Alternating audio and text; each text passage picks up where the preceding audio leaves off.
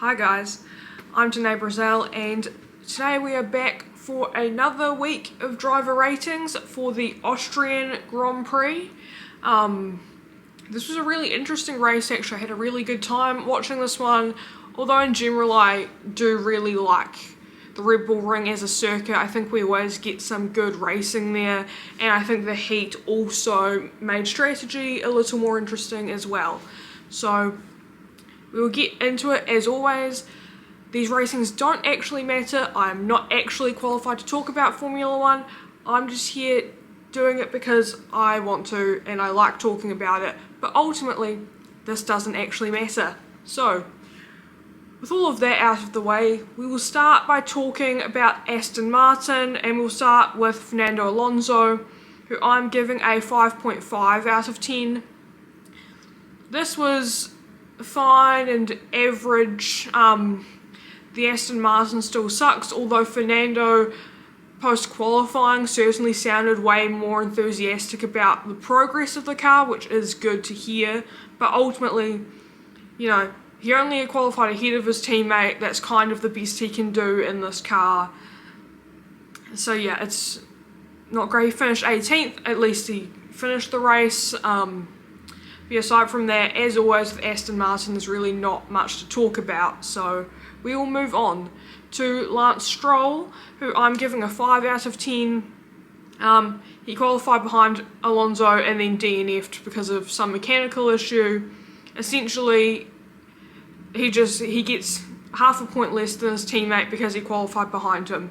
Aside from that, there's really nothing to talk about, so we will move on. Next up are the Cadillacs, and I'm just going to talk about Perez and Bottas in one here because I just actually cannot grade Cadillac this week. They qualified ahead of the Aston Martins, which is to be expected, but they are incapable of doing anything else because of the car. And then both of them DNF'd within the first 5 laps of the race because of brake problems and their brakes being on fire. So it was really a complete waste of a weekend for both Perez and Bottas, and so I really cannot grade it. There's really nothing to rate here, so I'm just not going to. Next up is Williams, and we're going to start with Carlos Sainz, who I'm giving a 6 out of 10. And I have to say, he is the unluckiest man around Austria, I swear. This is the second year in a row he has DNF'd here, and I also think he's DNF'd in Austria another year. I feel like 2022 in the Ferrari, I want to say. But he outqualified his teammate, that's why he gets a 6, and he was doing pretty well in the race before he had mechanical problems. He was, I think, in the mix with the Haas and the Audis, I want to say. So I don't think he was doing too bad, he just got very unlucky. And then next up is Alex Albon. I'm giving a 5.5 out of 10. He qualified just behind his teammate, although the margin wasn't too massive, so I'm not going to downgrade him a lot for that. And then in the race, the only person he got finished ahead of was Alonso, which is not very good. I do think he probably should have been able to at least challenge like Ocon or Colapinto, but he was just nowhere. So it is a 5.5 for Alex Albon.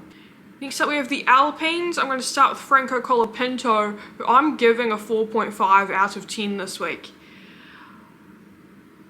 Part of me feels like this is harsh, but then when I look at how far up the road his teammate was, I really don't get what was going on for Franco. There's a chance I raise this to a 5 when I'm editing if I'm feeling like this is still a little harsh, but he was really nowhere near Gasly at any point this weekend. In qualifying, you know, Gasly is up in 11th and Franco's down in 16th.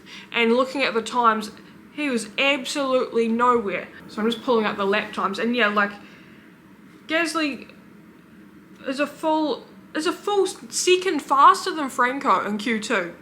Like, I don't understand how Franco Colapinto was so far off the pace in qualifying, and then in the race he really didn't achieve much. The only position he gained was on Ocon, which I can't exactly call that impressive considering how he was doing. So it really was not a great showing from Franco Colapinto. Really disappointing, I think, following the kind of run of form he's been on, but this weekend he was just nowhere. Next up we have Pierre Gasly, who I'm giving a 6.5 out of 10. Qualifying was really good, I think. 11th was great. It's very tense for me in Q2 that he nearly took out Max, but ultimately I think he could have been in the mix with the V-carbs, but I actually do think that car was just better than the Alpine this week, and I think Gasly did his best there. And then in the race, he lost a couple of positions. It wasn't great on race pace either. I don't know if the Alpine just wasn't very good around here in general, but it was like a fine race from Gasly. Again, really disappointing, I think, following kind of, again, the form he's been in lately, but just wasn't a super impressive race from either Alpine, so yeah, I don't have much more to say there. Next up we have Audi, and we're going to start with Nico Hülkenberg, who I am giving a 7 out of 10. I think this was just a really solid drive.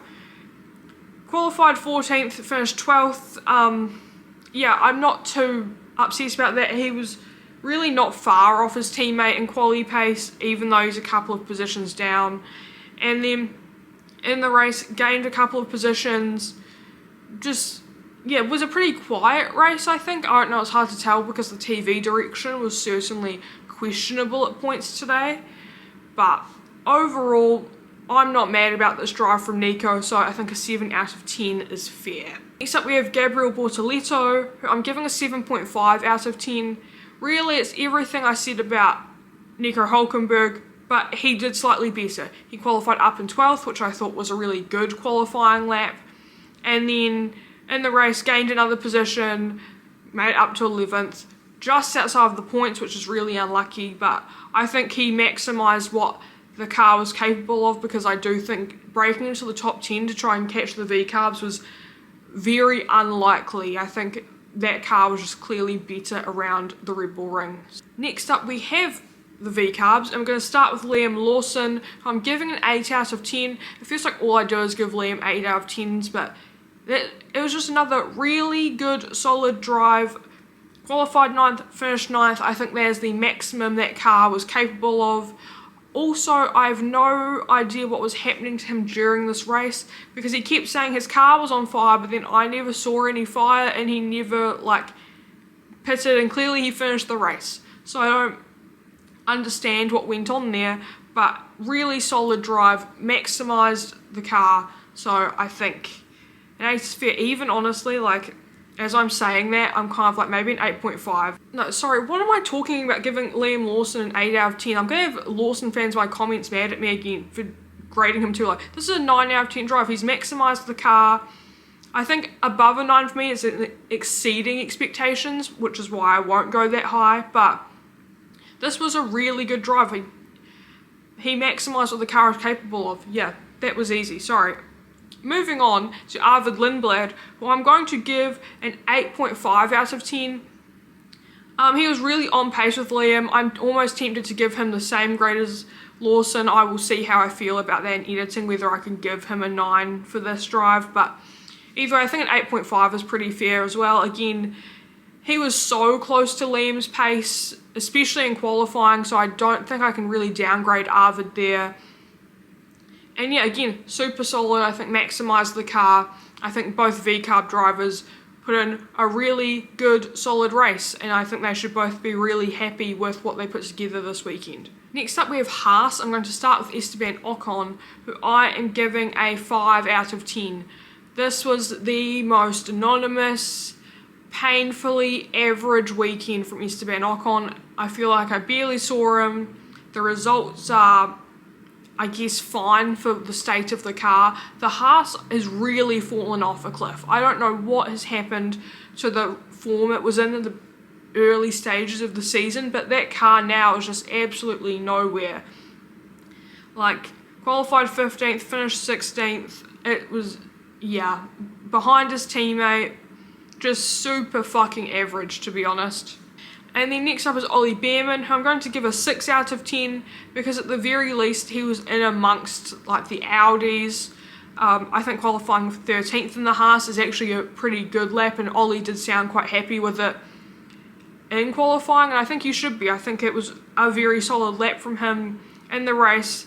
Lost one position, finished 14th. I actually don't think it is too bad considering where the Haas is, and so I'm going to give him a 6 out of 10 because I ultimately think he was significantly better than his teammate. So yeah, I mean, it's so hard looking at that car and how good of a drive the Haas drivers are actually putting in, because the car is just not good. Next up we have Red Bull. We're going to start with Isaac Hedger, who I'm giving an 8 out of 10. Just a really good solid drive from Isaac. Honestly, now that I'm looking at it, if I'm raising the VCAS, maybe I'm giving an 8.5 for this from Isaac. Because I think qualifying 8th is kind of where I expect him to put that car in qualifying. It's, you know, the last of the leading drivers, which I think, considering he is by far the least experienced of the 4 leading teams, and obviously the Red Bull can be quite a difficult car, I think in qualifying 8th is nothing to be mad at. And then in the race gained a couple of positions, made it up to 6th. I think that's a really good points haul for Isaac, and I actually think he's been very quietly putting together a really solid season, especially as a second Red Bull driver. I think he's been really solid, and this has just been another example of it. He did some really great driving this weekend, so I think honestly I will give him an 8.5 for that.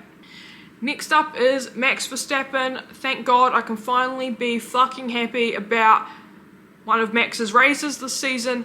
I'm giving Max Verstappen a 9.5 out of 10 because I think in the race, that was a 10 out of 10 race from him.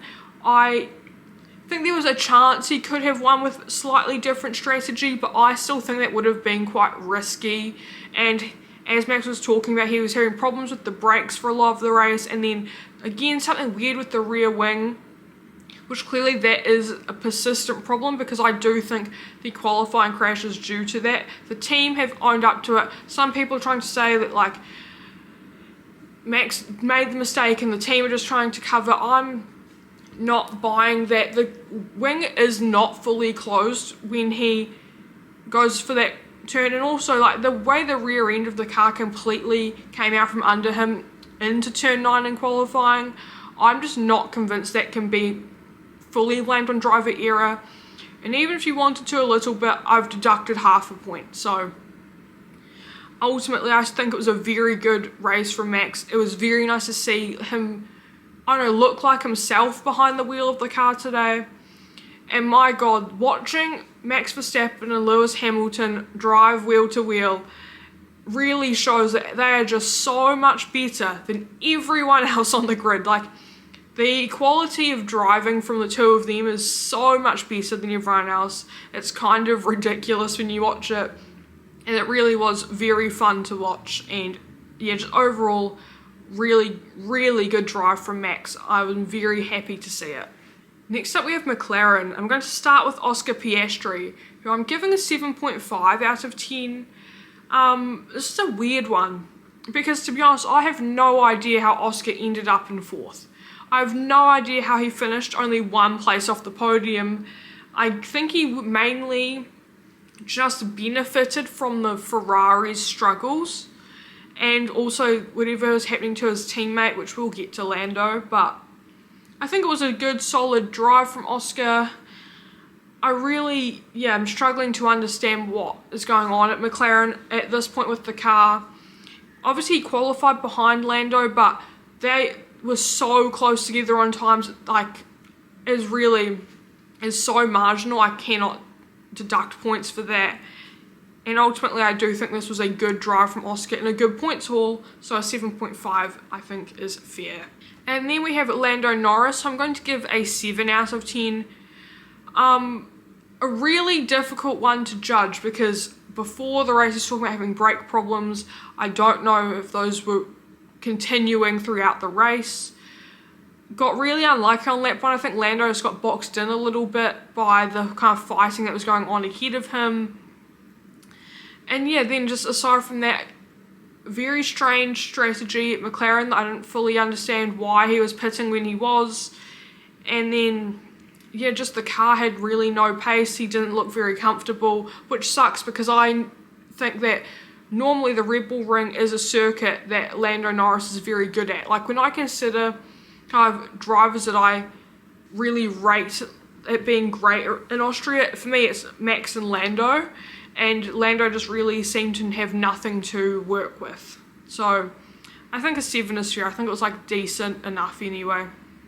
Next up we have Ferrari, which I found very difficult to grade for both drivers because the strategy calls from the pit wall are so baffling to me that made it really difficult to judge the driving. So we're going to start with Lewis Hamilton, who I'm going to give a 7.5 out of 10.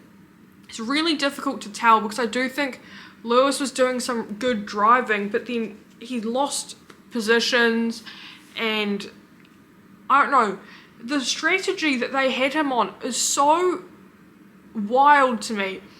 Like, I get the pitting early. I think that was a smart choice. Like, I didn't hate that decision to pit him early in the first stint, and then to try and make a way back through the field on the hard tyre. I don't think that was the worst choice he could have made. But then under the VSC to go and put the soft tyres on, even though Lewis hadn't really gotten the most out of that hard tyre stint, made no sense. And then from that point onwards, like, Lewis was just stuck trying to make up positions again. And then all while knowing that he was going to have to pit another time because the soft tyre obviously wasn't going to last. It was such a strange strategy. It made no sense to me. I have no fucking idea what Ferrari thought they were going to achieve with this.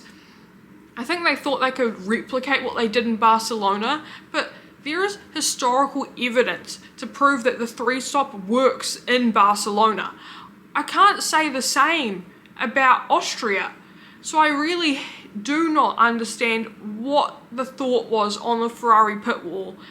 And then apparently the deployment was weird. I don't really know, but overall makes it really hard to judge Hamilton's driving because so much of his race not going well, I think, is due to the team making weird choices. I will say again, watching him Max battle was very fun. And I think he was, yeah, overall, like, in wheel to wheel he was great, but that's always the same with Lewis. But yeah, a very strange race for him. And then we have Charles Leclerc, who I'm going to give a 7. I'm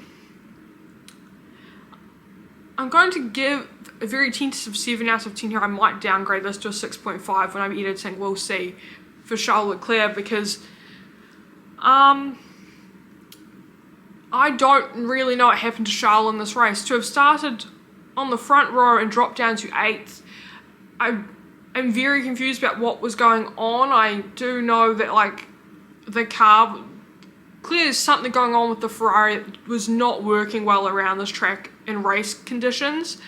And then, if I thought Lewis's strategy was bad, Ferrari chose to put Leclerc on, like, what I would consider somehow an even weirder version of that strategy. So I'm just pulling up the pit summary while I talk about this, because yeah, they pit Leclerc 1 lap after Lewis early on in the race. They're the first 2 cars to pit, and then they pit him again just after the VSC, or no, lap 37, so later than Lewis's second stop, and then again towards the end of the race because he had no tyres and he wasn't going to gain any more positions anyway, and he could take the pit stop and not lose anything either. So if Lewis Hamilton had a bad strategy, Charles Leclerc had an even more baffling version of it, and I just cannot fathom what the fuck Ferrari thought they were doing there. Like, I'm so confused as to what the plan was. Like, the 3-stop is not known to be great around Austria. Like, it's possible, but you don't really see people do it. Yeah, I guess Ferrari thought it works in Barcelona, so it's going to work everywhere.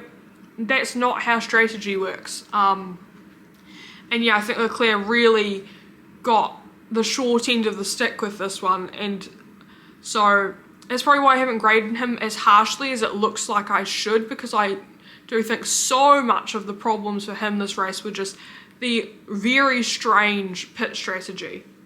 And then finally we have Mercedes. I'm going to start with Kimi Antonelli, who I'm giving an 8 out of 10. I think this was a good, solid drive from Kimi. I'm not going to deduct him greatly for qualifying 4th, because I get like it. We have to obviously talk about the qualifying kind of controversy.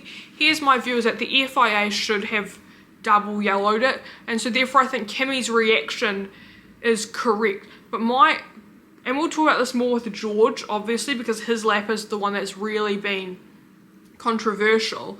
But so I'm not going to punish Kimi for aborting the lap, thinking it would be double yellows, because it is a high-speed corner and he's seen a big crash directly in front of him. So I actually don't think qualifying 4th is awful considering that. And then in the race, I think he had better pace than George overall, and I think George would have been in massive trouble if we'd had 2 or 3 more laps, because Max and Kimi were right on his tail. Kimi was the fastest driver on track on the hard tyre. Again, he's really great at driving on the hards, I will say. And yeah, I think there was a very good solid drive from Kimi.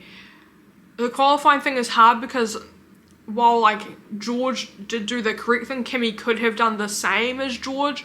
I also don't want to deduct him points for doing what he thought was correct. Yeah, so I think an 8 is fair for that, although it's really difficult for me to talk about. I'm so tempted to put an 8.5 because I do think his race pace was really, really good. So we will see in the edit. Once again, as always, if you've been here for a few of these now, you'll know half of my ratings change in the edit. It's just part of it. At least you get a warning. And finally we have George Russell, who I'm going to give a 9.5 out of 10 because I do think this was a well-driven race from George. Yes, we're going to start with qualifying. George did follow the rules. And ultimately with Formula One, a big part of being successful is knowing the rules exactly and taking advantage of them. And it would be very hypocritical of me to like really tear into George for that when I'm a Max Verstappen fan and that's how he drives all the time. Max is always really on the edge of the rules and making them work for him. And that is ultimately what George did. However, I disagree with the FIA not immediately dropping a double yellow and forcing them to abort their laps, because as much as I understand what the rules for the double versus single yellow are, and that like the car is far away enough from the track and Marshall's not on track yet, therefore it's a single yellow, it's a high speed corner in qualifying, and if George or Kimi had, like, even if you lift off, you could still carrying enough speed that if you hit the corner wrong, he could have gone hurtling into Max's car that Max was still getting out of. And so I dislike the choice from the FIA, even if it is technically the correct flag. I really struggle with that one. I do think it should have just been a double yellow. I think it's too risky. So I'm not deducting George for it, but because he did do what was the correct thing according to the rules, I just personally dislike that is considered the correct thing based on the rules. I don't like that's a fair lap. I think it should have been a double yellow, and I think the laps should have been aborted. And obviously George took advantage of the fact that that wasn't, and that isn't his fault, but I still really dislike the situation. And so I don't blame people for being angry and for having their critiques. I was certainly angry after qualifying yesterday, watching it. But yeah, that is my view on qualifying. And ultimately it was still, aside from that from George, I will say a very impressive lap, especially considering he wasn't really dialed in at any other point of the weekend, but that final lap before turn 9 was really phenomenal driving from George. I will happily say that. And then in the race, he obviously won a good clean start, which I think really saved him here. I think the fact he didn't get into any fights, or everyone else around were all, you know, wheel to wheel and overtaking George, managed to build some gap, which I think is really what saved him in the end. Because on the hard tyre, once again, he was just not fast. Both Max and Kimi were significantly faster than him in those second and third stints. Just way faster than him. His race pace just isn't great. He just got lucky, I think, with when Red Bull chose to pit. I think they left Max out a little too long, and that Kimi had spent so much time fighting other cars that he didn't have as much time to gain on him. Because I think if things had been only a little different, George would have been in serious trouble and would not have won this race. So in saying all that, I'm going to give George a 9.5 because my only real deduction is for his race pace, but ultimately he did still have enough to win, so I can't, you know, be harsher than that. And I think it was a good solid drive from George Russell, but I certainly can't call it a perfect one, which is why it's a 9.5 and not a 10. And yeah, that is all I have to say for the Austrian Grand Prix. Obviously, this weekend is Silverstone as a sprint weekend.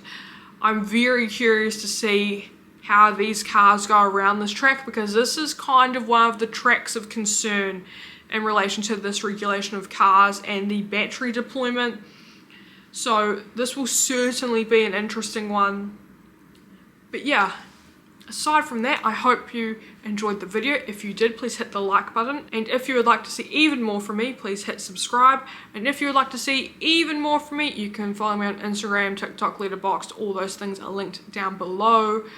Those places you can see my makeup and special effects work, as well as whatever else I'm up to and movies I've been watching, all of those things. And yeah, also movie commentary is also on this channel as well, so subscribe for that too. And yeah, I guess that is all I have for this week. Thank you so much for watching, and I'll see you in the next video. Bye.